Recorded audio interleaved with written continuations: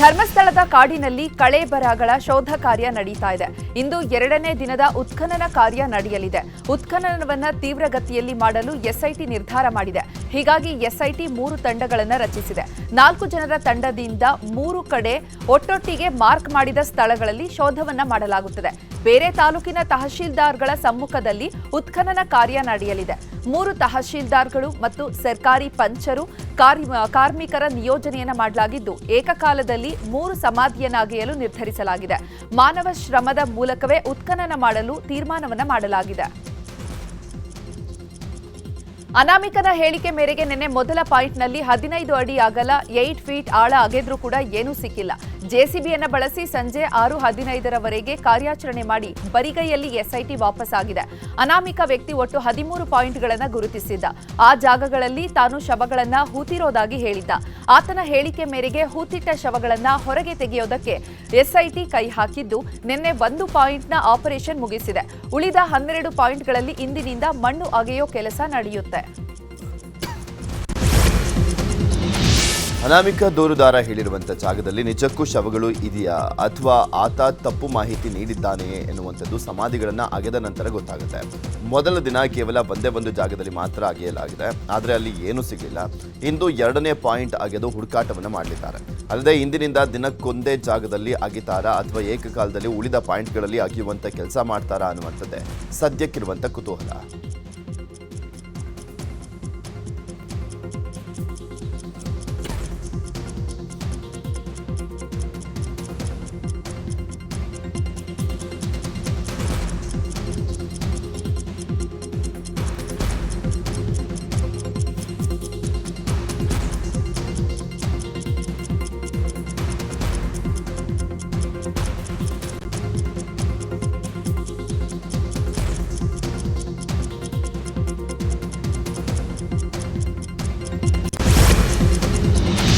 ಮಾಜಿ ಸಂಸದ ಪ್ರಜ್ವಲ್ ರೇವಣ್ಣನ ವಿರುದ್ಧದ ಅತ್ಯಾಚಾರ ಪ್ರಕರಣಕ್ಕೆ ಸಂಬಂಧಪಟ್ಟಂತೆ ಇಂದು ಜನಪ್ರತಿನಿಧಿಗಳ ನ್ಯಾಯಾಲಯ ತೀರ್ಪು ನೀಡಲಿದೆ. ಕೆಆರ್ಪೇಟೆ ಮೂಲದ ಸಂತ್ರಸ್ತೆ ಸಿಐಡಿ ಸೈಬರ್ ಕ್ರೈಂ ಠಾಣೆಯಲ್ಲಿ ಪ್ರಕರಣವನ್ನ ದಾಖಲಿಸಿದ್ರು. ಪ್ರಕರಣಕ್ಕೆ ಸಂಬಂಧಪಟ್ಟಂತೆ ವಾದ ಪ್ರತಿವಾದ ಸಾಕ್ಷ್ಯಗಳ ವಿಚಾರಣೆ ನಡೆಸಿರುವಂತಹ ಕೋರ್ಟ್ ಇಂದು ತೀರ್ಪು ಪ್ರಕಟಿಸಲಿದೆ. ರೇಣುಕಾಸ್ವಾಮಿ ಕುಟುಂಬಕ್ಕೆ ನ್ಯಾಯ ಸಿಗಬೇಕು ಅಂತ ಹೇಳಿದಂತ ನಟಿ ರಮ್ಯಾಗೆ ಅಶ್ಲೀಲ ಸಂದೇಶ ಕಳುಹಿಸುವಂತವರ ವಿರುದ್ಧ ಕಾನೂನು ಸಮರಕ್ಕೆ ಮುಂದಾಗಿದ್ರು. ದರ್ಶನ್ ಫ್ಯಾನ್ಸ್ ವಿರುದ್ಧ ಬೆಂಗಳೂರು ಪೊಲೀಸ್ ಕಮಿಷನರ್ ಕಚೇರಿಗೆ ಆಗಮಿಸಿ ದೂರನ್ನು ಕೊಟ್ಟಿದ್ರು. ಈಗ ನಟಿ ರಮ್ಯಾ ನೀಡಿರುವಂತಹ ದೂರಿನ ಅನ್ವಯ ಪೊಲೀಸರು ತನಿಖೆಯನ್ನು ಚುರುಕುಗೊಳಿಸಿದ್ದಾರೆ. ಈಗಾಗಲೇ ದೂರು ಕೊಟ್ಟಿರುವಂತಹ ಐಡಿಗಳನ್ನು ಪೊಲೀಸರು ಪರಿಶೀಲನೆ ಮಾಡ್ತಾ ಇದ್ರು. ಅರ್ಧಕ್ಕರ್ಧ ಫೇಕ್ ಐಡಿಗಳೇ ಪತ್ತೆ ಆಗಿವೆ.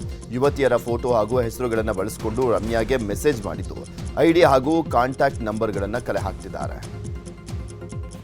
ಇನ್ನು ರಮ್ಯಾ ಹಾಗೂ ದರ್ಶನ್ ಫ್ಯಾನ್ಸ್ ನಡುವಿನ ಕಮೆಂಟ್ ವಾರ್ಗೆ ನಟ ಶಿವರಾಜ್ ಕುಮಾರ್ ಎಂಟ್ರಿ ಆಗಿದ್ದಾರೆ.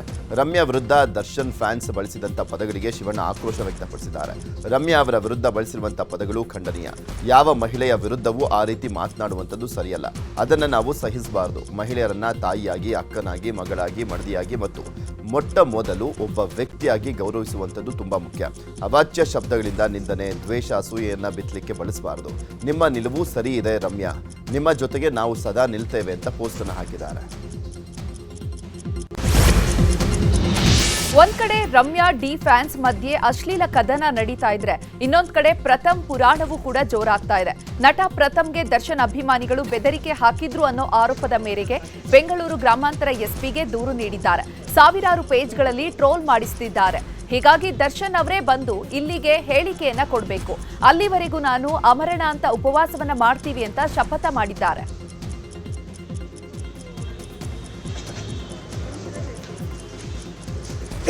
ಇನ್ನು ಸಾಧನೆ ಮಾಡಬೇಕು ಅಂತ 10 ಕನಸು ಕಟ್ಟಿಕೊಂಡವರಲ್ಲಿ ಪ್ರಥಮ್ ಕೂಡ ಒಬ್ರು. ಆದ್ರೀಗ ದಾಸನ ಫ್ಯಾನ್ಸ್ ಟಾರ್ಚರ್ಗೆ ಚಿತ್ರರಂಗವನ್ನೇ ತೊರೆಯೋದಕ್ಕೆ ಮುಂದಾಗಿದ್ದಾರೆ. ನಿರಂತರವಾಗಿ ಟ್ರೋಲ್ ಮಾಡಿದ್ರಿಂದ ನನ್ನ ಫ್ಯಾಮಿಲಿಗೆ ಡ್ಯಾಮೇಜ್ ಆಗಿದೆ. ಹೀಗಾಗಿ ಇನ್ಮುಂದೆ ಯಾವುದೇ ಸಿನಿಮಾ ಮಾಡಲ್ಲ. ಕೊಕೇನ್ ಸಿನಿಮಾ ಮುಗಿಸಿ ನಮ್ಮೂರಿಗೆ ವಾಪಸ್ ಹೋಗ್ತೀನಿ ಅಂದಿದ್ದಾರೆ. ರೇಣುಕಾಸ್ವಾಮಿ ಅವರು ಯಾವ ಸ್ಟೇಜ್ ಅಲ್ಲಿ ಇದ್ರು ಆ ಘಟನೆ ಟಚ್ ಮಾಡಿ ಬಂದಿದ್ದೀವಿ ಸರ್. ಅದಕ್ಕೆ ನಮ್ಗೆ ಉರಿತಾ ಇದೆ, ಅದಕ್ಕೆ ಇಷ್ಟೆಲ್ಲ ಮಾತಾಡ್ತಾ ಇದ್ದೀವಿ ಸರ್. ನೀವು ಇನ್ನೊಂದ್ಸಲ ನಮ್ಮ ವಿಚಾರಕ್ಕೆ ನಿಮ್ಮ ಹುಡುಗರು ಯಾರು ಬಂದ್ರೆ ನೀವು ರೆಸ್ಪಾನ್ಸಿಬಲ್ ಆಗ್ತೀರಿ ಸರ್. ಮಗ ತಪ್ಪು ಮಾಡ್ರೆ ಅಪ್ಪನ ಕರೆದು ಉಗ್ಯಲ್ವಾ ಸರ್? ನೀವು ಏನು ನನಗೆ ಗೊತ್ತಿಲ್ಲ ಅಂತ ಹೇಳಿದ್ರು ಅಶ್ವಿನಿ ಮೇಡಮ್ ಟ್ರಾಲ್ ಮಾಡಿದಾಗ ನೋಡ್ತಾ ಕೂತ್ಕೊಳ್ಳಲ್ವಾ ಸರ್ ನೀವು? ಸುದೀಪ್ ಅವ್ರು ಟ್ರೋಲ್ ಮಾಡಿದಾಗ ನೋಡ್ತಾ ಕೂತಿಲ್ಲ ಸರ್, ಮಜಾ ತಗೋತಾ ಇಲ್ವಾ ಸರ್? ಅದೆಲ್ಲ ಇದ್ರ ಒಂದು ವಿಡಿಯೋ ಮಾಡಿ ಹೇಳಿ ಸರ್ ಕೂತ್ಕೊಂಡು. ಎಲ್ರಿಗೂ ನಮಸ್ಕಾರ, ನನ್ನ ಫ್ಯಾನ್ ಪೇಜ್ ಅವ್ರು ಇನ್ನು ಯಾವುದೇ ಕಾರಣಕ್ಕೂ ನನ್ನ ಫ್ಯಾನ್ಸ್ ಇನ್ಯಾರನ್ನೂ ಟಚ್ ಮಾಡಬಾರ್ದು. ಮಿಕ್ಕಿದ ಯಾವ ಅಯೋಗ್ಯರು ಅವ್ರು ಏನು ಮಾಡ್ರು ಬಾಯಿ ಮುಚ್ಕೊಂಡಿರ್ಬೇಕು. ಆ ಅಯೋಗ್ಯರು ಒಳಗೋಯ್ತಾರೆ ಅಂದರೆ ಆಗೋಗಲ್ವಾ ಸರ್? ಬಾಯಿಗೇನು ಸಿಗಾಕೊಂಡಿದ್ದೀರಾ ಸರ್ ನೀವು? ನಿಮ್ಗೇನು ಕಾಮನ್ ಸೆನ್ಸ್ ಇಲ್ವಾ ಸರ್? ಹೇಳ್ತಾ ಇದ್ದೀನಿ ಸರ್, ನಾನು ಪದೇ ಕೆಣಕ್ಬಾರ್ದು ಸರ್. ಇವತ್ತು ಥ್ರೆಟ್ನಿಂಗ್ ತಕ್ಕ ನಿನ್ನೆ ರಾತ್ರಿ ಯಾರೋ ನಮ್ಮನೆ ಹತ್ರ ಮತ್ತೆ ಹೋಗಿ ಅದ್ಯಾರೋ ಹುಡ್ಕೊಂಡು ಹೋಗ್ರಂತೆ. ಇವ್ರಿಗೆಲ್ಲ ಏನು ಕೆಲಸ? ರೇಣುಕಾ ಸ್ವಾಮಿ ಅವ್ರು ಯಾವ ದರ್ಶನ್ ಸ್ವಾಮಿ ಕೊಲೆ ಕೇಸ್ನಲ್ಲಿ ಜೈಲು ಸೇರಿದಾಗ ಪತ್ನಿ ವಿಜಯಲಕ್ಷ್ಮಿ ಟೆಂಪಲ್ ರನ್ ಮಾಡಿದ್ರು. ಗಂಡನ ಬಿಡುಗಡೆಗಾಗಿ ದೇವರ ಮುಂದೆ ಸೆರಗೊಡ್ಡಿ ಬೇಡ್ಕೊಂಡಿದ್ರು. ಇದೀಗ ದರ್ಶನ್ ಸೆರೆವಾಸದಿಂದ ಜಾಮೀನಿನ ಮೇಲೆ ಹೊರಬಂದು ಡೆವಿಲ್ ಮೂವಿಯಲ್ಲಿ ಬ್ಯುಸಿಯಾಗಿದ್ದಾರೆ.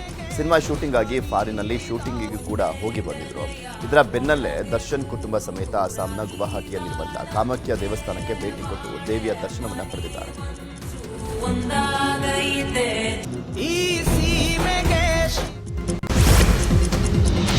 ಬೆಂಗಳೂರಿನ ಒಂದು ಲೋಕಸಭಾ ಕ್ಷೇತ್ರದ ಚುನಾವಣೆಯಲ್ಲಿ ಕಳ್ಳ ಮತದಾನ ನಡೆದಿದೆ ಅಂತ ರಾಹುಲ್ ಗಾಂಧಿ ಆರೋಪಿಸಿದರು. ಇದೇ ವಿಚಾರದಲ್ಲಿ ಬಿಜೆಪಿ ಹಾಗೂ ಕೇಂದ್ರ ಚುನಾವಣಾ ಆಯೋಗದ ವಿರುದ್ಧ ಹೋರಾಟಕ್ಕೆ ರಾಜ್ಯ ಕಾಂಗ್ರೆಸ್ ಪ್ಲಾನ್ ಮಾಡಿದೆ. ಆಗಸ್ಟ್ 4ರಂದು ಮಹದೇವಪುರ ವಿಧಾನಸಭಾ ಕ್ಷೇತ್ರದಿಂದ ಮುಖ್ಯ ಚುನಾವಣಾಧಿಕಾರಿ ಕಚೇರಿವರೆಗೆ ಪಾದಯಾತ್ರೆ ನಡೆಸಲು ಕೆಪಿಸಿಸಿ ಸಿದ್ಧತೆಯನ್ನ ಮಾಡಿಕೊಳ್ತಾ ಇದೆ. ಸಿಎಂ ಸಿದ್ದರಾಮಯ್ಯ, ಡಿಸಿಎಂ ಡಿಕೆ ಶಿವಕುಮಾರ್ ಸೇರಿದಂತೆ ಘಟಾನುಘಟಿ ನಾಯಕರು ಪಾದಯಾತ್ರೆಯಲ್ಲಿ ಭಾಗಿಯಾಗಲಿದ್ದಾರೆ. ಇಂದು ರಾಹುಲ್ ಗಾಂಧಿ ಬರಲಿದ್ದಾರೆ ಎನ್ನಲಾಗ್ತಾ ಇದೆ. ರಾಜ್ಯ ಕಾಂಗ್ರೆಸ್ ಉಸ್ತುವಾರಿ ಸುರ್ಜೇವಾಲಾ ಶಾಸಕರು ಸಚಿವರ ಜೊತೆ ಸಭೆ ಬೆನ್ನಲ್ಲೇ ಶಾಸಕರ ಮತ್ತು ಸಚಿವರ ಜೊತೆ ಸಿಎಂ ಸಿದ್ದರಾಮಯ್ಯ ಸಭೆಯನ್ನು ಮಾಡಿದ್ದಾರೆ. ವಿಧಾನಸೌಧದಲ್ಲಿ ನಿನ್ನೆ ನಡೆದಂಥ ಸಭೆಯಲ್ಲಿ ಚಾಮರಾಜನಗರ, ಮೈಸೂರು, ಹಾಸನ, ಕೊಡಗು ಮತ್ತು ತುಮಕೂರು ಜಿಲ್ಲೆಗಳ ಉಸ್ತುವಾರಿ ಸಚಿವರು, ಶಾಸಕರು ಭಾಗಿಯಾಗಿದ್ದರು. ಕ್ಷೇತ್ರಗಳ ಅಭಿವೃದ್ಧಿ, ಕಾಮಗಾರಿ, ಅನುದಾನ ಮತ್ತು ಅಸಮಾಧಾನಗಳ ಬಗ್ಗೆ ಚರ್ಚೆಯನ್ನ ಮಾಡಲಾಯಿತು. ಇಂದು ಕೂಡ ಹಲವು ಜಿಲ್ಲಾ ಉಸ್ತುವಾರಿ ಸಚಿವರು ಹಾಗೂ ಶಾಸಕರ ಜೊತೆ ಸಭೆಯನ್ನು ಮಾಡಲಿದ್ದಾರೆ. ಇನ್ನು ಸಭೆಯಲ್ಲಿ ಶಾಸಕರಿಗೆ ಸಿಎಂ ಸಿದ್ದರಾಮಯ್ಯ ಟಿಪ್ಸ್ ಕೊಟ್ಟಿದ್ದಾರೆ. ಗ್ಯಾರಂಟಿಗಳ ಬಗ್ಗೆ ಹೆಚ್ಚು ಪ್ರಚಾರ ಮಾಡಿ, ಗ್ಯಾರಂಟಿ ಫಲಾನುಭವಿಗಳ ಜೊತೆ ಸಂಪರ್ಕದಲ್ಲಿರಿ, ಕೆಡಿಪಿ ಸಭೆಗಳಲ್ಲಿ ಅರ್ಥಪೂರ್ಣವಾಗಿ ಪಾಲ್ಗೊಳ್ಳಬೇಕು, ಹಾಗೆ ಜನರ ಸಮಸ್ಯೆಗಳ ಬಗ್ಗೆ ಕೇಳಿ ಪರಿಹಾರ ಕೊಡಿ, ಜೊತೆಗೆ ಕಾಮಗಾರಿಗೆ ಇರುವಂಥ ತಾಂತ್ರಿಕ ತೊಂದರೆಯನ್ನು ಸರಿಪಡಿಸಿ ಅಂತ ಹೇಳಿದ್ದಾರಂತೆ. ಇನ್ನು ನಿನ್ನೆ ಸಿಎಂ ನಡೆಸಿದಂಥ ಮ್ಯಾರಥಾನ್ ಸಭೆಯಿಂದ ಉಪಮುಖ್ಯಮಂತ್ರಿ ಡಿಕೆ ಶಿವಕುಮಾರ್ ಅನ್ನ ಹೊರಗಿಟ್ಟು ಮಾಡಲಾಗಿರುವಂಥ ಸಭೆ, ಸಿಎಂ ಮಾತ್ರ ಸಭೆಯನ್ನು ಮಾಡ್ತಿರುವಂಥದ್ದು, ಅದಕ್ಕೆ ಬಂದಿಲ್ಲ ಅಂತ ಸಿದ್ದರಾಮಯ್ಯ ಆಪ್ತರು ಸಮರ್ಥನೆಯನ್ನು ನೀಡಿದ್ದಾರೆ. Minister is calling all the respective MLAs district wise. Chief Minister ಅವರು ಶಾಸಕಾಂಗ ಪಕ್ಷದ ನಾಯಕರು, ಅವ್ರು ಕರೆದು ಮಾತಾಡ್ತಾ ಇದ್ದಾರೆ. ಪಕ್ಷದ ವಿಷಯ ಬಂದಾಗ ಅಧ್ಯಕ್ಷರು ಮತ್ತು ಶಾಸಕ ಪಕ್ಷಗಳು ಇಬ್ಬರು ಸೆಪರೇಟಾಗಿ ಕರೀತಾರೆ. ಅದು ಸರ್ಕಾರದ ಇದರಲ್ಲಿ ಅವರು ಇದು ಮಾಡಿದ್ದಾರೆ. ಚೀಫ್ ಮಿನಿಸ್ಟರ್ ಕರೆದಿರೋ ಜಿಲ್ಲಾವಾರು ಶಾಸಕರು ಕೇಳ್ತಾ ಇದ್ದಾರೆ. ಡಿಸ್ಟ್ರಿಕ್ಟ್ ಇನ್ಚಾರ್ಜ್ ಸಮನ್ವಿತ ಇಲ್ಲ ಅಂತ ಹೇಳ್ತಿದ್ದಾರೆ. ಅಲ್ಲಿ ಚರ್ಚೆಗಳು ಮುಕ್ತವಾಗಿ ನಡೀತಾ ಇದೆ. ತುಮುಲ್ ಅಧ್ಯಕ್ಷ ಸ್ಥಾನದ ವಿಚಾರಕ್ಕೆ ಸಂಬಂಧಪಟ್ಟಂತೆ ಸಿಎಂ ಸಭೆಯಲ್ಲಿ ಸಚಿವ ರಾಜಣ್ಣ, ಗುಬ್ಬಿ ಶಾಸಕ ಶ್ರೀನಿವಾಸ್ ನಡುವೆ ಮಾತಿನ ಚಕಮಕಿ ನಡೆದಿದೆ. ಶಾಸಕ ಗುಬ್ಬಿ ವಾಸು ತುಮುಲ್ಗೆ ಪತ್ನಿಯನ್ನ ಅಧ್ಯಕ್ಷೆಯನ್ನಾಗಿಸಲು ಪ್ಲಾನ್ ಮಾಡಿದ್ರು. ಆದರೆ ಸಹಕಾರ ಸಚಿವ ರಾಜಣ್ಣ ಪಾವಗಡದ ಪರಿಶಿಷ್ಟ ಪಂಗಡಕ್ಕೆ ಸೇರಿದಂತಹ ಶಾಸಕ ವೆಂಕಟೇಶ್ನನ್ನ ಅಧ್ಯಕ್ಷರನ್ನಾಗಿಸಿದ್ರು. ಇದರಿಂದಾಗಿ ರಾಜಣ್ಣ ಮೇಲೆ ಮುನಿಸಿಕೊಂಡಿದ್ದಂತಹ ವಾಸು ಸಿಎಂ ಎದುರಲ್ಲೇ ರಾಜಣ್ಣಗೆ ಕ್ಲಾಸ್ ತೆಗೆದುಕೊಂಡ್ರು. ದಲಿತ ಶಾಸಕರನ್ನ ತುಮುಲ್ ಅಧ್ಯಕ್ಷನನ್ನಾಗಿ ಮಾಡಿದ್ದು ತಪ್ಪ ಅಂತ ರಾಜಣ್ಣ ಸಮರ್ಥನೆಯನ್ನ ಮಾಡಿಕೊಂಡಿದ್ದಾರೆ. ಇನ್ನು ಇಬ್ಬರ ನಡುವೆ ಮಾತಿನ ಚಕಮಕಿ ನಡೆದಿದ್ದು ಬಳಿಕ ಇಬ್ಬರನ್ನು ಸಿಎಂ ಸಮಾಧಾನ ಪಡಿಸಿದ್ದಾರೆ. ಮಲ್ಲಿಕಾರ್ಜುನ್ ಖರ್ಗೆ ಆಸೆ ಪಟ್ಟರೆ ಯಾವಾಗ ಬೇಕಾದರೂ ಸಿಎಂ ಆಗ್ತಾರೆ ಅಂತ ಸಚಿವ ಶಿವರಾಜ್ ತಂಗಡಗಿ ಅಭಿಪ್ರಾಯವನ್ನು ವ್ಯಕ್ತಪಡಿಸಿದ್ದಾರೆ. ಕೊಪ್ಪಳದಲ್ಲಿ ಮಾತನಾಡಿರುವಂತಹ ಅವರು, ಮಲ್ಲಿಕಾರ್ಜುನ ಖರ್ಗೆ ಎಐಸಿಸಿ ಅಧ್ಯಕ್ಷರು. ಮಲ್ಲಿಕಾರ್ಜುನ ಖರ್ಗೆ ಸಿಎಂ ಆಗೋದಲ್ಲ, ದೇಶದಲ್ಲಿ 8 ರಿಂದ 10 ಜನರನ್ನ ಸಿಎಂ ಮಾಡುವಂತ ಶಕ್ತಿ ಅವರಿಗಿದೆ. ಮಲ್ಲಿಕಾರ್ಜುನ್ ಖರ್ಗೆ ಸಿಎಂ ವಿಚಾರವಾಗಿ ಹೈಕಮಾಂಡ್ ತೀರ್ಮಾನ ಮಾಡುತ್ತೆ. ಇದೀಗ ಮಲ್ಲಿಕಾರ್ಜುನ್ ಖರ್ಗೆ ಅವರೇ ಹೈಕಮಾಂಡ್ ನಮಗೆಲ್ಲ ಅಂತ ಹೇಳಿದರು.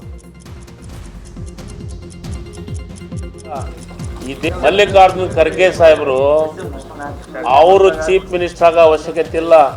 ಈ ದೇಶದೊಳಗೆ 8-10 ಮಂದಿ ಚೀಫ್ ಮಿನಿಸ್ಟರ್ ಮಾಡೋಷ್ಟು ಶಕ್ತಿ ಖರ್ಗೆ ಸಾಹೇಬ್ರಿಗೆ ಐತಿ. ನೋಡ್ರಿ, ಅವ್ರ ಆಸೆ ಪಟ್ರ ಯಾವಾಗ ಬೇಕಾದ್ರೂ ಆಗ್ತಾರ. ಅವ್ರ ಕೈಯಾಗ ಈಗ 8-10 ಮಂದಿ ಚೀಫ್ ಮಿನಿಸ್ಟರ್ ಮಾಡೋ ಶಕ್ತಿ ಐತೆ. ಬಮೂಲ್ ಅಧ್ಯಕ್ಷ ಮಾಜಿ ಸಂಸದ ಡಿಕೆ ಸುರೇಶ್ ಬೆಂಗಳೂರು ದಕ್ಷಿಣ ಜಿಲ್ಲೆಯ ಚನ್ನಪಟ್ಟಣ ತಾಲೂಕಿನ ಬಮೂಲ್ ಕಚೇರಿಯಲ್ಲಿ ಸಭೆ ನಡೆಸಲಿದ್ದಾರೆ. ಬಮೂಲ್ ನಿರ್ದೇಶಕರು, ಆಡಳಿತ ಮಂಡಳಿಯ ಸದಸ್ಯರು ಸಭೆಯಲ್ಲಿ ಭಾಗಿಯಾಗಲಿದ್ದು, ಹೈನುಗಾರಿಕೆ ಅಭಿವೃದ್ಧಿ ಬಗ್ಗೆ ಸಮಾಲೋಚನೆ ಸಭೆಯನ್ನು ನಡೆಸಲಿದ್ದಾರೆ. ಚನ್ನಪಟ್ಟಣ ಬಮೂಲ್ ನಿರ್ದೇಶಕ ಎಸ್ ಲಿಂಗೇಶ್ ಕುಮಾರ್, ಶಾಸಕ ಸಿಪಿ ಯೋಗೇಶ್ವರ್ ಜೊತೆಗೆ ಹಲವಾರು ಜನ ಭಾಗಿಯಾಗಲಿದ್ದಾರೆ. ಮಾಜಿ ಸಚಿವ ಪ್ರಭು ಚೌಹಾಣ್ ಅವರ ಪುತ್ರ ಪ್ರತೀಕ್ ಚೌಹಾಣ್ ವಿರುದ್ಧ ಅತ್ಯಾಚಾರ ಆರೋಪಕ್ಕೆ ಸಂಬಂಧಪಟ್ಟಂತೆ ಜಾಮೀನು ಅರ್ಜಿ ವಿಚಾರಣೆಯ ಆದೇಶವನ್ನು ಕೋರ್ಟ್ ಕಾಯ್ದಿರಿಸಿದೆ. ಜಾಮೀನು ನೀಡದಂತೆ ಕೋರ್ಟ್ಗೆ ಸಂತ್ರಸ್ತೆ ತಕರಾರು ಅರ್ಜಿ ಮತ್ತು ದಾಖಲೆಗಳನ್ನು ಸಲ್ಲಿಸಿದ್ರು. ಈ ಬಗ್ಗೆ ಸಂತ್ರಸ್ತೆ ಪರ ವಕೀಲರು ವಾದವನ್ನು ಮಾಡಿದ್ದು, ಜಾಮೀನು ರದ್ದು ಮಾಡುವಂತೆ ಮನವಿಯನ್ನು ಮಾಡಿದ್ದಾರೆ. ವಾದ ಆಲಿಸಿರುವಂತಹ ನ್ಯಾಯಾಧೀಶೆ ಕೋಮಲ ನಾಳೆಗೆ ಆದೇಶವನ್ನು ಕಾಯ್ದಿರಿಸಿದ್ದಾರೆ. ಪ್ರತೀಕ್ ಚೌಹಾಣ್ ಅವರ ಜಾಮೀನು ಅರ್ಜಿ ಇವತ್ತು ವಿಚಾರಣೆಗೆ ಬಂದಿತ್ತು. ವಿಚಾರಣಾ ಸಂದರ್ಭದಲ್ಲಿ ಅರ್ಜಿ ಸರ್ಕಾರಿ ಅಭಿಯೋಜಕರಿಂದ ತಕರಾರು ಅರ್ಜಿಯನ್ನು ಸಲ್ಲಿಸಲಾಯಿತು. ಜೊತೆಗೆ ಪ್ರತಿವಾದವನ್ನು ಮಂಡಿಸಲಾಯಿತು. ಈ ಸಂತ್ರಸ್ತೆ ಯುವತಿ ಪರವಾಗಿ ನಾವು ಸಹ ಕೆಲವೊಂದು ದಾಖಲೆಗಳನ್ನು ಹಾಜರು ಮಾಡಿರ್ತೇವೆ. ಈ ಎಲ್ಲ ಹಾಜರು ಮಾಡಿದ ಮೇಲೆ ನ್ಯಾಯಾಧೀಶರು ಈ ಅರ್ಜಿಗೆ ಸಂಬಂಧಪಟ್ಟಂತೆ ನಿರೀಕ್ಷಣಾ ಜಾಮೀನು ಅರ್ಜಿಗೆ ಸಂಬಂಧಪಟ್ಟಂತೆ ಆದೇಶವನ್ನು ದಿನಾಂಕ 31 ಇಂದಿನಿಂದ ರಾಜ್ಯದಲ್ಲಿ ಮಳೆ ಪ್ರಮಾಣ ಕಡಿಮೆಯಾಗಲಿದೆ. ಒಟ್ಟು 17 ಜಿಲ್ಲೆಗಳಿಗೆ ಯೆಲ್ಲೋ ಅಲರ್ಟ್ ಘೋಷಣೆ ಮಾಡಲಾಗಿದೆ. ಕರಾವಳಿ ಜಿಲ್ಲೆಗಳಿಗೆ ಯಾವುದೇ ಅಲರ್ಟ್ ನೀಡಿಲ್ಲ. ಬದಲಿಗೆ ಬೆಂಗಳೂರು ಸೇರಿದಂತೆ ಬೀದರ್, ಕಲಬುರಗಿ, ಯಾದಗಿರಿ, ರಾಯಚೂರು, ವಿಜಯಪುರ, ಬಾಗಲಕೋಟೆ, ಕೊಪ್ಪಳ, ಬೆಳಗಾವಿ, ಗದಗ, ಧಾರವಾಡ, ಹಾವೇರಿ, ಶಿವಮೊಗ್ಗ, ಚಿಕ್ಕಮಗಳೂರು, ಮೈಸೂರು, ಬೆಂಗಳೂರು ಗ್ರಾಮಾಂತರ, ಕೋಲಾರ ಜಿಲ್ಲೆಗೆ ಯೆಲ್ಲೋ ಅಲರ್ಟ್ ನೀಡಲಾಗಿದೆ. ಕಾವೇರಿ ಜಲಾನಯನ ಪ್ರದೇಶದಲ್ಲೂ ಕೂಡ ಭಾರಿ ಮಳೆ ಆಗ್ತಾ ಇದ್ದು, ಕೆಆರ್ಎಸ್ ಒಳಹರಿವು ಮತ್ತಷ್ಟು ಹೆಚ್ಚಾಗಿದೆ. ಹೀಗಾಗಿ ಡ್ಯಾಂನಿಂದ 85,000 ಕ್ಯೂಸೆಕ್ ನೀರನ್ನು ಬಿಡುಗಡೆ ಮಾಡಲಾಗಿದ್ದು, ನದಿ ಪಾತ್ರದಲ್ಲಿ ಪ್ರವಾಹದ ಭೀತಿ ಶುರುವಾಗಿದೆ. ಇನ್ನು ಅಪಾರ ಪ್ರಮಾಣದ ನೀರು ಬಿಡುಗಡೆಯಿಂದಾಗಿ ಮಂಡ್ಯ ಜಿಲ್ಲೆಯ ಶ್ರದ್ಧಾ ಕೇಂದ್ರ ಹಾಗೂ ಸಾಯಿ ಮಂದಿರ ಮುಳುಗಡೆ ಆಗಿವೆ. ಇನ್ನು ಮುನ್ನೆಚ್ಚರಿಕೆಯಾಗಿ ಮುತ್ತತ್ತಿ ಕ್ಷೇತ್ರಕ್ಕೆ ಪ್ರವಾಸಿಗರನ್ನು ನಿರ್ಬಂಧಿಸಲಾಗಿದೆ.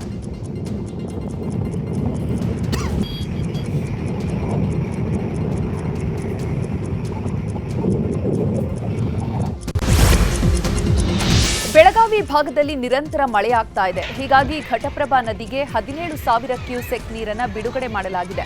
ನೀರಿನ ಪ್ರಮಾಣ ಹೆಚ್ಚಿದ ಹಿನ್ನೆಲೆಯಲ್ಲಿ ಐತಿಹಾಸಿಕ ದೇವಸ್ಥಾನಕ್ಕೆ ಜಲದಿಗ್ಬಂಧನವಾಗಿದೆ. ಮುಧೋಳ ತಾಲೂಕಿನ ನದಿ ತೀರದಲ್ಲಿರುವ ಸುಪ್ರಸಿದ್ಧ ಮಾಚಕನೂರು ಹೊಳೆ ಬಸವೇಶ್ವರ ದೇವಸ್ಥಾನ ಜಲಾವೃತಗೊಂಡಿದೆ. ದೇವಸ್ಥಾನದ ಆವರಣದಲ್ಲಿ 3 ರಿಂದ 4 ಅಡಿಯಷ್ಟು ನೀರು ಸಂಗ್ರಹವಾಗಿದೆ. ಜಲಾವೃತಗೊಂಡ ನದಿ ನೀರಲ್ಲೇ ನಡೆದು ಭಕ್ತರು ದೇವರ ದರ್ಶನ ಮಾಡುತ್ತಿದ್ದಾರೆ.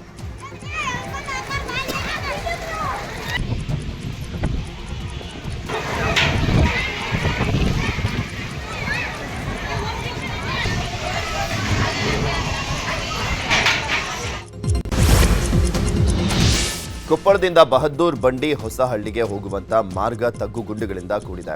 ಕೊಪ್ಪಳ, ಬಹದ್ದೂರ್ ಬಂಡಿ, ಹೊಸಹಳ್ಳಿ ಹಾಗೂ ಹ್ಯಾಟಿಗೆ ನಿತ್ಯ ಸಾವಿರಾರು ಜನ ಸಂಚರಿಸುತ್ತಾರೆ. ಆಳೆತ್ತರದ ಗುಂಡಿಗಳು ಬಿದ್ದಿರುವಂತ ಹಿನ್ನೆಲೆಯಲ್ಲಿ ಹೊಸಹಳ್ಳಿ ಬಳಿಯಲ್ಲಿ ಕೆರೆಯ ದಂಡೆಯ ಮೇಲೆ ಸಂಚರಿಸುವಂತ ಅನಿವಾರ್ಯತೆ ಇದೆ. ಈ ರಸ್ತೆ ಸರಿಪಡಿಸಿ ಅಂತ ಗ್ರಾಮಸ್ಥರು ಆಗ್ರಹಿಸಿದ್ದಾರೆ.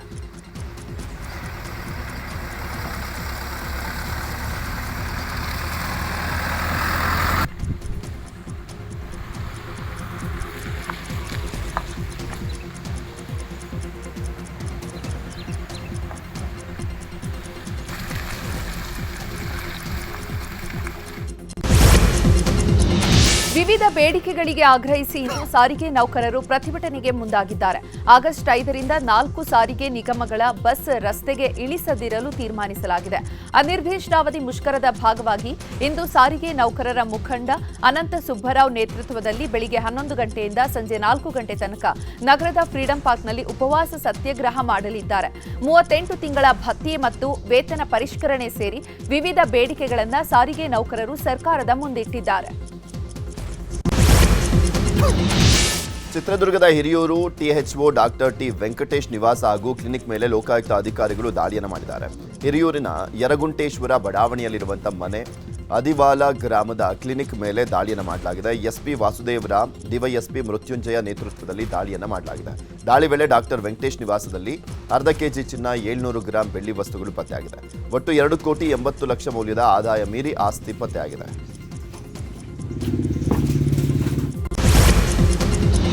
ಕೋಲಾರ ನಗರದ ಕೀಲುಕೋಟೆ ಬಡಾವಣೆಯಲ್ಲಿ ಆಗಂತುಕನೊಬ್ಬ ಮಧ್ಯರಾತ್ರಿ ಮಚ್ಚಿಡಿದು ರೌಂಡ್ಸ್ ಹಾಕಿದ್ದಾನೆ. ಮಧ್ಯರಾತ್ರಿ 2:50 ಸಮಯದಲ್ಲಿ ಮಚ್ಚಿಡಿದು ಬೀದಿ ಬೀದಿ ಅಲೆದು ಮನೆ ಮುಂದಿನ ಗೇಟ್ಗಳಿಗೆ ಮಚ್ಚಿನಿಂದ ಹೊಡೆದಿದ್ದಾನೆ. ಆಗಂತುಕನ ಓಡಾಟ ಸಿಸಿಟಿವಿಯಲ್ಲಿ ಸೆರೆಯಾಗಿದೆ.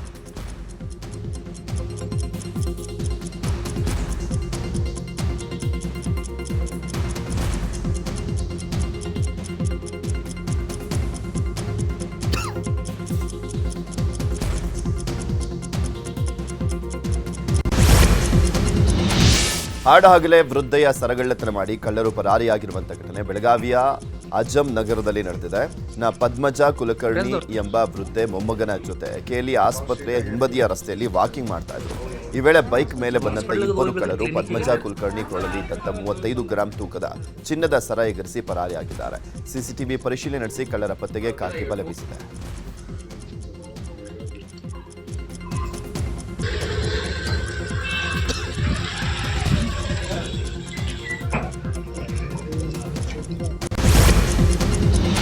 ಒಂಟಿ ಮನೆಗಳನ್ನ ಟಾರ್ಗೆಟ್ ಮಾಡಿ ಚಿನ್ನಾಭರಣ ದೋಚ್ತಾ ಇದ್ದ ಇಬ್ಬರು ಕಳ್ಳರನ್ನ ನೆಲಮಂಗಲ ನಗರ ಪೊಲೀಸರು ಬಂಧಿಸಿದ್ದಾರೆ.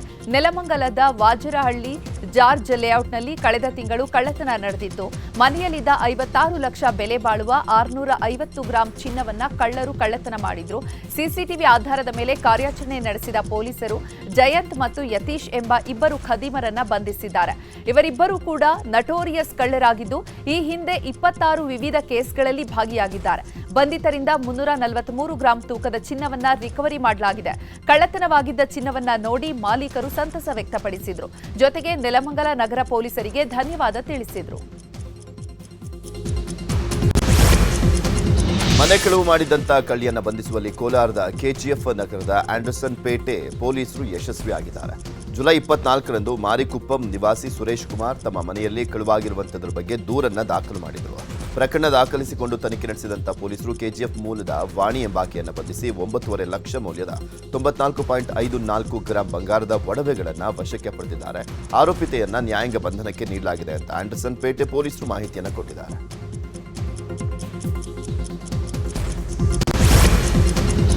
ಪತ್ನಿಯ ಶೀಲಾ ಶಂಕಿಸಿ ಕೊಲೆ ಮಾಡಿದ ಪತಿಗೆ ಕೊಳ್ಳೇಗಾಲ ಅಪರ ಜಿಲ್ಲಾ ಮತ್ತು ಸೆಷನ್ಸ್ ನ್ಯಾಯಾಲಯ ಜೀವಾವಧಿ ಶಿಕ್ಷೆ ವಿಧಿಸಿದೆ. ಕೊಳ್ಳೇಗಾಲ ಪಟ್ಟಣದ ಮುಡಿಗುಂಡ ಬಡಾವಣೆಯ ನಿವಾಸಿ ಕುಮಾರ್ ಶಿಕ್ಷೆಗೊಳಗಾಗಿದ್ದಾನೆ. ಇನ್ನು ಕುಮಾರ್ ತನ್ನ ಪತ್ನಿ ಚಿನ್ನಮ್ಮಳನ್ನ ಹೊಡೆದು ಕೊಂದಿದ್ದ. ಈ ಬಗ್ಗೆ ಅಪ್ರಾಪ್ತ ಮಗ ದರ್ಶನ್ ಸಾಕ್ಷಿ ನುಡಿದಿದ್ದ. ಇದೀಗ ಸಾಕ್ಷಿ ಆಧಾರದ ಮೇಲೆ ಆರೋಪ ಸಾಬೀತಾದ ಹಿನ್ನೆಲೆ ಕುಮಾರ್ಗೆ ಜೀವಾವಧಿ ಶಿಕ್ಷೆ ಹಾಗೂ 5,000 ರೂಪಾಯಿ ದಂಡ ವಿಧಿಸಲಾಗಿದೆ.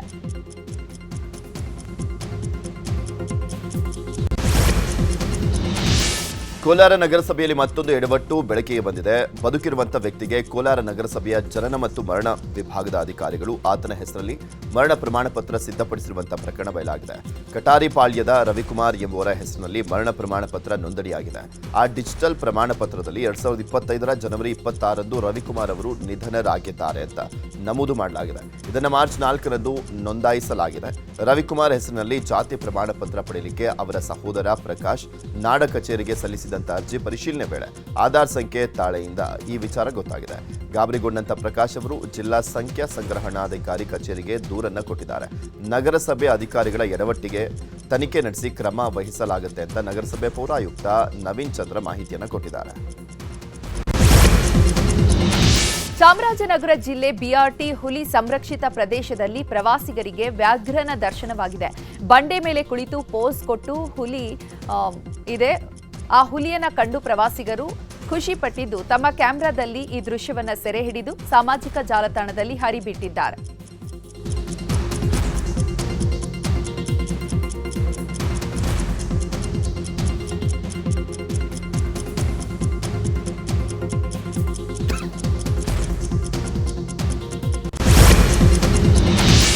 ಚಿತ್ರದುರ್ಗ ಜಿಲ್ಲೆಯಲ್ಲಿ ಜನ ಜಾನುವಾರುಗಳ ಮೇಲೆ ಚಿರತೆಯೊಂದು ದಾಳಿಯನ್ನು ಮಾಡ್ತಾ ಇದೆ. ಚಿತ್ರದುರ್ಗ ತಾಲೂಕಿನ ಅನ್ನೆಹಾಳ್ ಗ್ರಾಮದ ಯುವಕನ ಮೇಲೆ ದಾಳಿಯನ್ನು ಮಾಡಿದಂತ ಚಿರತೆ ಇದೀಗ ಒಂದು ವಾರದಲ್ಲಿ 8 ಕುರಿಗಳನ್ನು ಕೊಂದಿದೆ. ಇದರಿಂದ ಸುತ್ತಮುತ್ತಲ ಗ್ರಾಮದ ಜನರು ಚಿರತೆ ಸೆರೆಗೆ ಮನವಿಯನ್ನು ಮಾಡಿದ್ದಾರೆ.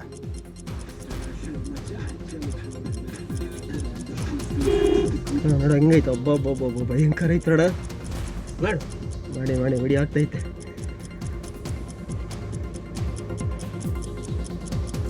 ಭಯಂಕರ ಚಿಕ್ಕಮಗಳೂರಿನ ಇಬ್ಬರನ್ನ ಬಲಿ ಪಡೆದಿದ್ದ ಆನೆಯನ್ನ ಕೊನೆಗೂ ಸೆರೆ ಹಿಡಿಯಲಾಗಿದೆ. ಅಂಡವಾನೆ ಗ್ರಾಮದ ಸುಬ್ಬೇಗೌಡ, ಬನ್ನೂರು ಗ್ರಾಮದ ಅನಿತಾ ಎಂಬ ಮಹಿಳೆ ಕಾಡಾನೆ ದಾಳಿಗೆ ಬಲಿಯಾಗಿತ್ತು. ಇದರಿಂದ ಸಾರ್ವಜನಿಕರು ಹೋರಾಟದ ಕಹಳೆ ಮೊಳಗಿಸಿದ್ರು. ಹೀಗಾಗಿ ಅರಣ್ಯ ಇಲಾಖೆ 4 ಕುಮ್ಕಿ ಆನೆಗಳ ಮೂಲಕ ಕಾರ್ಯಾಚರಣೆ ನಡೆಸಿ ಬಿಳುಕೊಪ್ಪ ಗ್ರಾಮದಲ್ಲಿ ಕಾಡಾನೆಯನ್ನ ಸೆರೆ ಹಿಡಿಯುವಲ್ಲಿ ಯಶಸ್ವಿಯಾಗಿದ್ದಾರೆ. ಈ ಕಡೆ ಬರುತ್ತೆ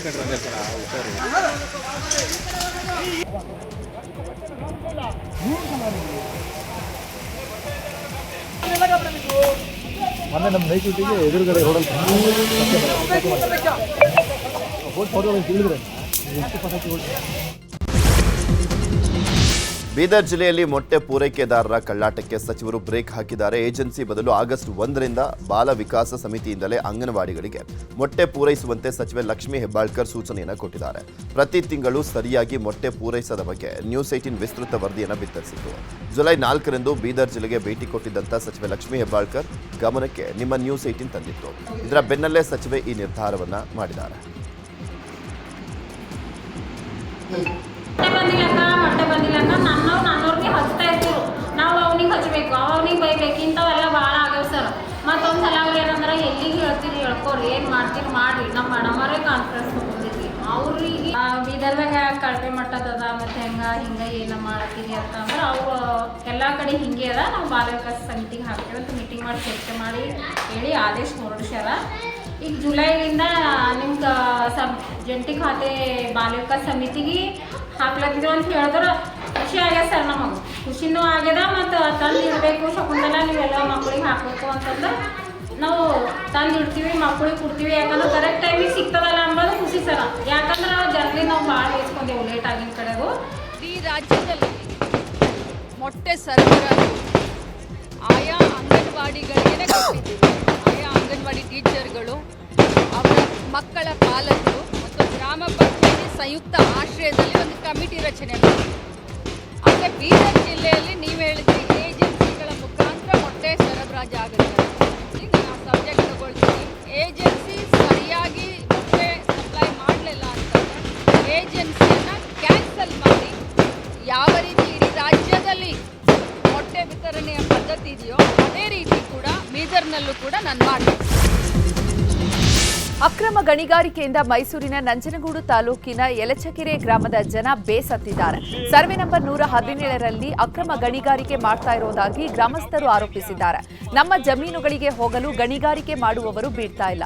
ಅಲ್ಲದೆ ಗಣಿಗಾರಿಕೆ ಸ್ಫೋಟದಿಂದಾಗಿ ಕಲ್ಲುಗಳು ಎತ್ತರಕ್ಕೆ ಹಾರಿ ಮನೆಗಳ ಮೇಲೆ ಬೀಳ್ತಾ ಇವೆ. ಇದರಿಂದ ಮನೆಗಳು ಬಿರುಕು ಬಿಡ್ತಾ ಇದೆ. ಜೊತೆಗೆ ರಸ್ತೆಯಲ್ಲಿ ಓಡಾಡಲು ಕೂಡ ಆಗ್ತಾ ಇಲ್ಲ ಅಂತ ಊರು ತೊರೆಯಲು ಗ್ರಾಮಸ್ಥರು ಮುಂದಾಗಿದ್ದಾರೆ. ರೈತರೊಬ್ಬರ ಜಮೀನಿನಲ್ಲಿ ಬೆಳೆದಿದ್ದಂಥ ಸುಮಾರು 250ಕ್ಕೂ ಹೆಚ್ಚು ಅಡಿಕೆ ಸಸಿಗಳನ್ನು ಕಡಿದು ಹಾಕಿರುವಂತಹ ಘಟನೆ ತುಮಕೂರು ಜಿಲ್ಲೆಯ ಗುಬ್ಬಿ ತಾಲೂಕಿನ ಮಾರಶೆಟ್ಟಿಹಳ್ಳಿ ಗ್ರಾಮದಲ್ಲಿ ನಡೆದಿದೆ. ರೈತ ಮಹೇಶ್ ಎಂಬುವರ ಜಮೀನಲ್ಲಿ ಈ ಕೃತ್ಯ ನಡೆದಿದ್ದು, ಈ ಕೃತ್ಯದಿಂದ ರೈತ ಮಹೇಶ್ ಕಂಗಾಲಾಗಿದ್ದಾರೆ. ಈ ಮುಂಚೆ ಕಳೆದ 2 ವರ್ಷಗಳ ಹಿಂದೆನೆ ಇದೇ ರೀತಿ 500 ಅಡಿಕೆ ಸಸಿಗಳನ್ನು ನಾಶ ಮಾಡಿದ್ರು ಅಂತ ಹೇಳಲಾಗಿದೆ. ಈ ಬಗ್ಗೆ ಸಂಬಂಧಪಟ್ಟಂತ ಪೊಲೀಸ್ ಇಲಾಖೆ ಹಾಗೂ ರೆವಿನ್ಯೂ ಇಲಾಖೆ ಅಧಿಕಾರಿಗಳ ಗಮನಕ್ಕೆ ತಂದರೂ ಕೂಡ ಯಾವುದೇ ಪ್ರಯೋಜನ ಆಗಿಲ್ಲ ಅಂತ ರೈತ ಮಹೇಶ್ ಆರೋಪವನ್ನು ಮಾಡಿದ್ದಾರೆ. ಇದು ಟೋಟಲ್ 3 ಎಕರೆ 16 ಕುಂಟೆ ಇತ್ತು. ಹೇಮಾವತಿಗೆ 2 ಎಕರೆ 32 ಕುಂಟೆ ಹೋಗಿದೆ. ಇನ್ನು ಉಳಿಕೆ ಜಮೀನು ನಾವು ತೋಟ ಮಾಡಿದ್ವಿ. ಏನು ವೈಯಕ್ತಿಕ ದ್ವೇಷನ? ಏನು ವೈಯಕ್ತಿಕ ದ್ವೇಷನೇ ಮಾಡಿರೋದು. ಯಾರ ಮೇಲಾರು ನಿಮ್ಗೆ ಅನುಮಾನ ಇದೆ? ಸರಿ, ಅನುಮಾನ ಬಂದು ಕಂಪ್ಲೇಂಟ್ ಕೊಟ್ಟಿದ್ದು. ಅವ್ರನ್ನೆಲ್ಲ ಕರೆದು ವಿಚಾರಣೆ ಮಾಡಿದಾಗ ನಾವೇನು ಮಾಡಿಲ್ಲ ಅಂತೇಳಿ ಅವರು ಸುಳ್ಳು ಮಾಹಿತಿ ಕೊಟ್ಟಿದ್ದಾರೆ. ನಾವು ಇಲ್ಲಿ ಜಮೀನು ಅಚ್ಚುಕಟ್ಟು ಮಾಡ್ಬೇಕಾದ್ರೆ 30 ವರ್ಷದಿಂದ ಹಂಗೆ ಬಿಟ್ಕೊಂಡಿದ್ದು. ಈ ಸರಿ ಅಚ್ಚುಕಟ್ಟು ಮಾಡಕ್ಕೆ ಬಂದಾಗ ನಮಗೆಲ್ಲ ಟಾರ್ಚರ್ ಕೊಟ್ಟು ತೊಂದರೆ ಕೊಟ್ಟು ಎಲ್ಲ ಮಾಡಿದ್ರು. ಅವ್ರ ಮೇಲೆ ನಾವು ಕಂಪ್ಲೇಂಟ್. ಕಾರ್ಮಿಕರ ಆರೋಗ್ಯ ತಪಾಸಣೆಗಾಗಿ ಉಚಿತ ಆರೋಗ್ಯ ತಪಾಸಣಾ ಶಿಬಿರವನ್ನು ಧಾರವಾಡದ ಬೇಲೂರು ಕೈಗಾರಿಕಾ ಪ್ರದೇಶದಲ್ಲಿ ಆಯೋಜಿಸಲಾಗಿತ್ತು. ಯುನೈಟೆಡ್ ಸೆಕ್ಯೂರಿಟಿ ಫೋರ್ಸ್ ಹಾಗೂ ಜಿಆರ್ಪಿಎಸ್ ಸೆಕ್ಯೂರಿಟಿ ಮತ್ತು ಫೆಸಿಲಿಟಿ ಮ್ಯಾನೇಜ್ಮೆಂಟ್ ಸರ್ವಿಸ್ ವತಿಯಿಂದ ಈ ಕಾರ್ಯಕ್ರಮವನ್ನು ಆಯೋಜನೆ ಮಾಡಲಾಗಿತ್ತು. ಹುಬ್ಬಳ್ಳಿಯ ವಿವೇಕಾನಂದ ಜನರಲ್ ಹಾಸ್ಪಿಟಲ್ ಇವರ ಸಹಯೋಗದೊಂದಿಗೆ ಶಿಬಿರವನ್ನು 2 ದಿನಗಳ ಕಾಲ ಆಯೋಜನೆ ಮಾಡಲಾಗಿದೆ. ಬೇಲೂರು ಕೈಗಾರಿಕಾ ಪ್ರದೇಶದಲ್ಲಿರುವ ಎಲ್ಲ ಕಾರ್ಮಿಕರ ಆರೋಗ್ಯ ಹಿತದೃಷ್ಟಿಯಿಂದ ಆಯೋಜನೆ ಮಾಡಲಾಗಿದ್ದು, ಹೃದಯ ರೋಗ, ನರರೋಗ, ರಕ್ತದೊತ್ತಡ, ಸಕ್ಕರೆ ಕಾಯಿಲೆ ಮತ್ತು ENT ತಪಾಸಣೆಯನ್ನು ಮಾಡಲಾಯಿತು.